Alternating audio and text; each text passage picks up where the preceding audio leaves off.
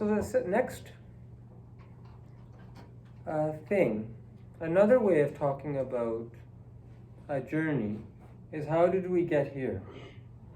What has our journey here meant? How did we get to this place where we maybe are having a hard time in life? We don't have a house, we can't maintain a relationship, we're stressed out, we're really, really bothered. How did we end up here? So that's another way to talk about this is something I call the Labyrinth of Choice. Choices of yourself, choices of others. We are all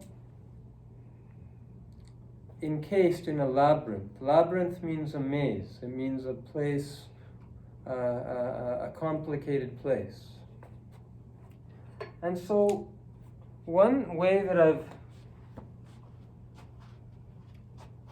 most things in life are binary. What that means is there is the right path, and then there's the not so right path. There is the recovery choice. There is the non-recovery choice. So let's say you start as a baby, very, very in high recovery. That's true. As babies, we are in good recovery. Babies typically have no problem falling asleep. If you think of what a baby does, they struggle with survival several times a day.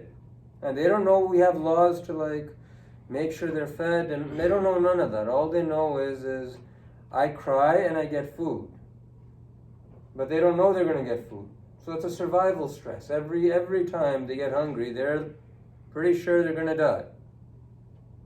So they get fed, and then they actually do this remarkable thing. They relax. They go to sleep, they smile, they cuddle. They do these things. But look at adults. You put an adult in a survival stress like that, they get PTSD, don't they?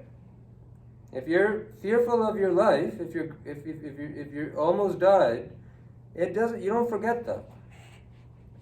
But babies, many times a day, they do that. So at one point in your life, you had good recovery. I think we can all agree with that. So, what happened? So this is just a way to understand how we got here and how we can get out. Because if we're talking about a map, and we're talking about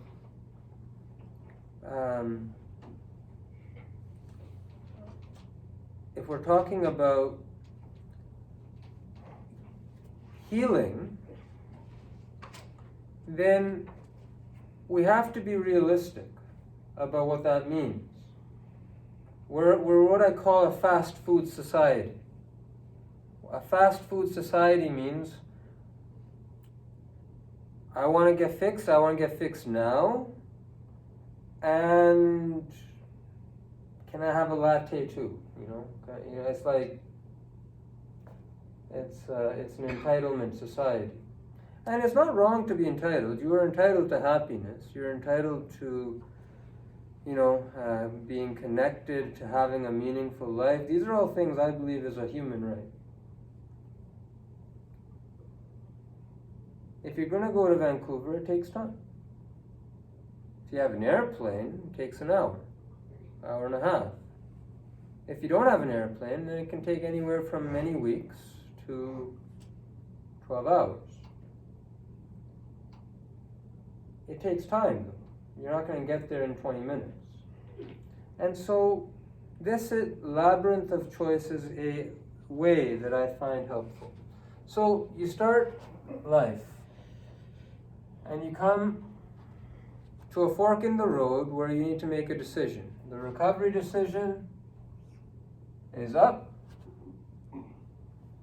and the not so recovery decision is down. So in life, I think of life as very simple.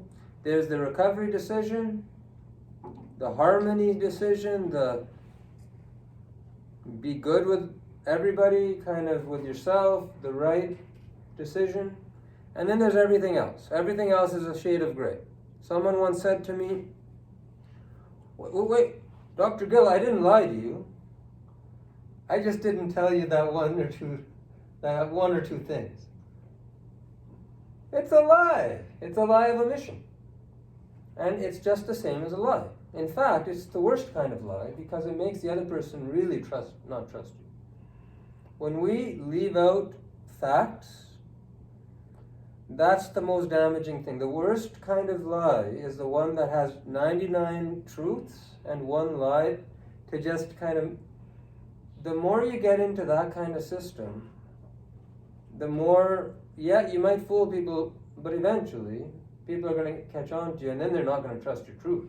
Then you're in trouble. Then it takes a lot of time. So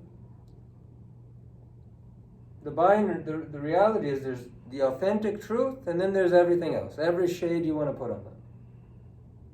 So the recovery decision. So every time you have, so we'll call it NR, not recovery and recovery. And if you make,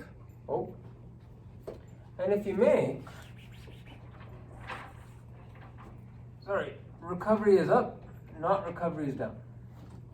So if you make a recovery decision, it sends you up, and this is like a big graph, and then, this is like all what you want. Happiness, and we'll call this misery. We treat addiction and mental health at NOM, chronic pain. We don't view these things as much different. It's just pick your poison. We're not, we're all about the roots of the problem. We're not really too much about the symptoms of the problem. So that's what you call it, a treatment paradigm. So happiness is up, misery is down. So you make a choice, it's the not recovery choice. At some point, maybe you do that because childhood was tough, people weren't really nice, people you trusted, you tried to trust, you got betrayed, and then you learned that, hey, you know what, if you can't beat them, join them. Be better, smarter, more clever. And so then you go down this road of making choices. And then you make a non-recovery choice, but it leads you to another fork in the road. Another decision point. Do you make the recovery choice or the not recovery? You know what? Maybe you do not recovery again, which leads you to another fork. And maybe this time you make the recovery choice. Just maybe you had a good teacher or someone. And then that leads you to another fork in the road. Many, many times a day, you get a fork in the road. Fork in the road meaning two paths go to the side, and you got to choose one. Many, many times a day, you have a choice. And so, let's say you, because of all of the trauma, all of the head injuries, all of the stuff, you just get into a certain pattern of making non-recovery choices, and here's what it looks like. You just kind of go down, and you just keep on making choices, and maybe sometimes you try to get a leg up, but your patterns are fundamentally unchanged. So you, more often than not, you choose down. It's like, it's called, I was taking a mathematics course in university, and we were studying statistics, and I learned something very surprising. A casino, the odds of them winning, I thought, you know what, people just go to the casino to throw their money away, which they do, but they don't do it the way they think. The odds of the casino, the house, of winning any of their things, it's like 51%. So 49% of the time, you win. 51% of the time, the casino wins. And that may seem like, well, what's the difference? 49%, that's like kind of essentially a flip of a coin, right?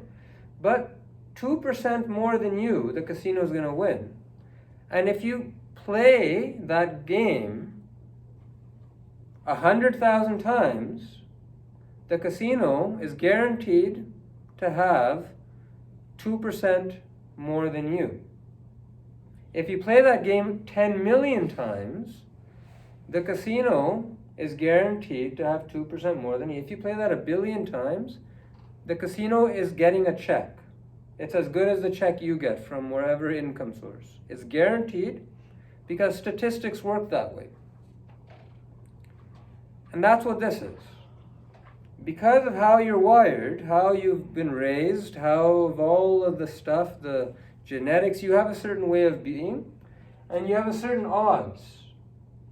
Your odds of making a non-recovery choice are much greater than making a recovery choice. Because that's how you get here. So then, it's a toss of the coin, but remember, the house wins.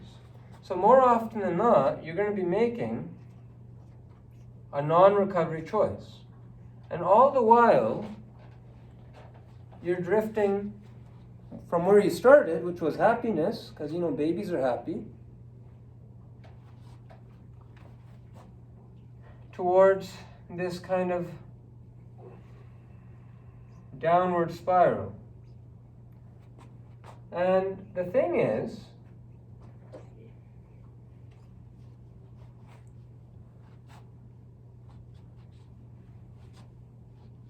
it's all choices. It's the choices we make. At some point, I'll mark this in red because red just seems appropriate for this kind of thing. I'll call this like the alcohol threshold.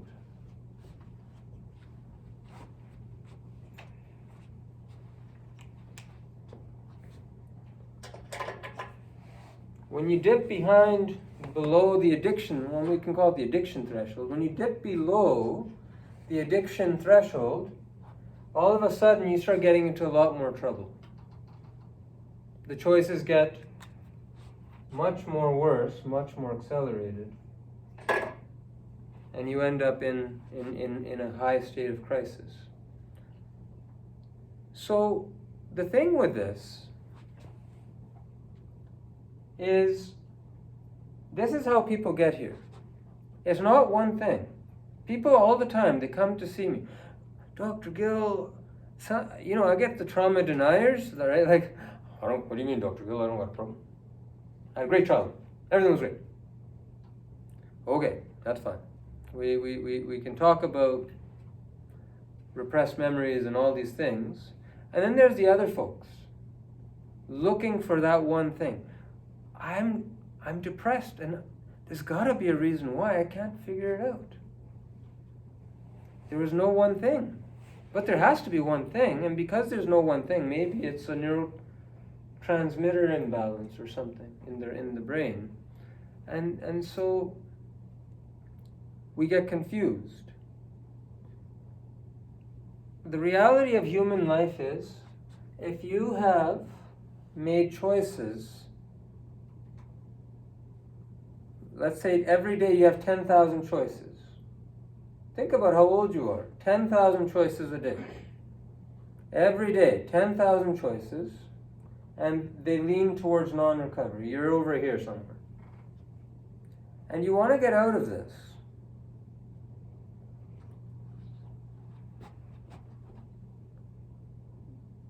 You only get out of this one choice at a time. Because no matter how low down, even if you're down here, right? Doesn't matter. You have a choice. The recovery choice. And if you start doing this, no matter how far down the tubes life is, no matter how unsalvageable you think you are, or your case is, you can just start making recovery choice. Depending on how far down the tube you've gotten, if you just make the right choice, more often than the wrong choice, it's mathematical. It's just like the casino. You're going to win. If you do something to adjust your odds, you're going to win. If you somehow, I think there's movies about this, right? Like people who learn to like game the casino, they quickly find out who these people are and they ban them. Why? Because they will take all the money from the casino. This is actually true. Like people who can memorize cards, right? They figure out people who can count cards and they say, you're not welcome on the premises. Not fair, but hey, that's what happens in the casino. So if you can change your odds, the odds of you recognizing, hands up, if you think you make 10,000 choices a day. That seems like a lot, right? Do you consciously make 10,000 choices a day? Like consciously? Really? No. You unconsciously make 10,000 choices a day. You consciously probably make 50, 10. That's the whole problem. The choices you make unconsciously are determined by your neurobiology, by all the bad things that happened, that you did, that was done to you, that the head injuries, all that. That's all unconscious wiring, and you're going to make those choices unconsciously. The vast majority of choices that get you here are unconscious choices. You're not aware of you're making them, but you're making them. The only way out is one, to be humble to that fact, that you're acting unconsciously in a way that's self-destructive. And you don't even know it. We call that a blind spot. So most of this unconscious stuff, that's why I say it's not your fault. It really isn't. What we do unconsciously is, it's no more at fault than like you put a candy in front of a kid, the kid eats it. Their neurobiology is wired that way. They don't have a strong enough frontal cortex to stop themselves. Who put the candy in front of the kid? Or who put the poisonous bottle of like house cleaner at a level where the toddler can crawl? The toddler, sure, you could say the toddler chose to do it, but the toddler never really had a choice. They have a way of being. They drink whatever is in front of them, and this was put in front of them, so they did it. And that's what trauma is like. It programs you to a way of being so much that you unconsciously choose things. But the road out is to maybe increase it so that you're conscious for 100 choices of the day. Unconscious for 9,500. 9,900. Conscious for 1,000 choices of the day. Unconscious for 9,000. If you do it, before long, you might have a couple of slips, but before long, you're going to start coming back up. And the rule of recovery is that it doesn't take as long as it takes to get there. If you've been 40 years, 30 years, getting out doesn't take 40, 30 years. If you can become more conscious of your choices, you'll actually come out quite quickly. You might slip, but then you just start coming out. One choice at a time.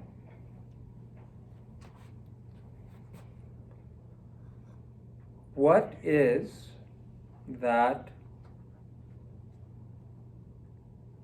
choice?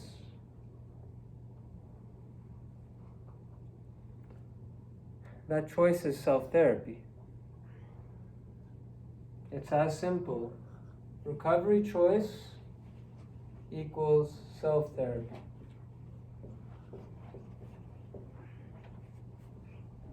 If you make this choice each day, as often as you can, connect to self, connect to others, and commit to daily practice.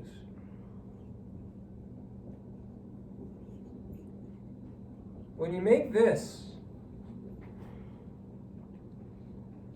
a choice in your day, what you do is you adjust the odds of the game.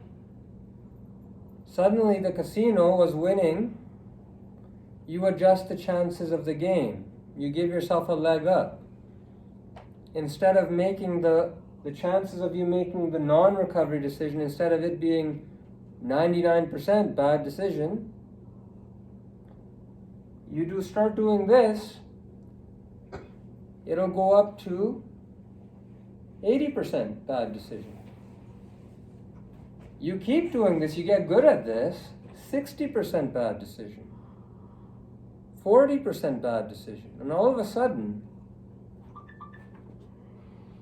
you start making a lot of right choices very quickly. You associate with the right people making right choices. It all becomes easier. But it has to be daily, because just like the guy climbing up Mount Everest, if he doesn't know how to use an ice pick, he's not going to be able to do it, even if he wants to, even if he knows where to go, even if he has the world's best ice pick. He needs practice. Because what's gotten you here is a lot of the opposite. And what's going to get you to where you want to go is that daily practice. And when you have that daily practice, that's holistic. Holistic means connecting to self, connecting to others. That's holistic. We live in ourselves, we live in a community. If we're in a therapeutic community of being, and we connect to that, it will improve our connection to self. If we practice it daily, it'll make us better at these things. And if we do that, making the right choice doesn't become difficult. You're not as unconscious. And that is the hope.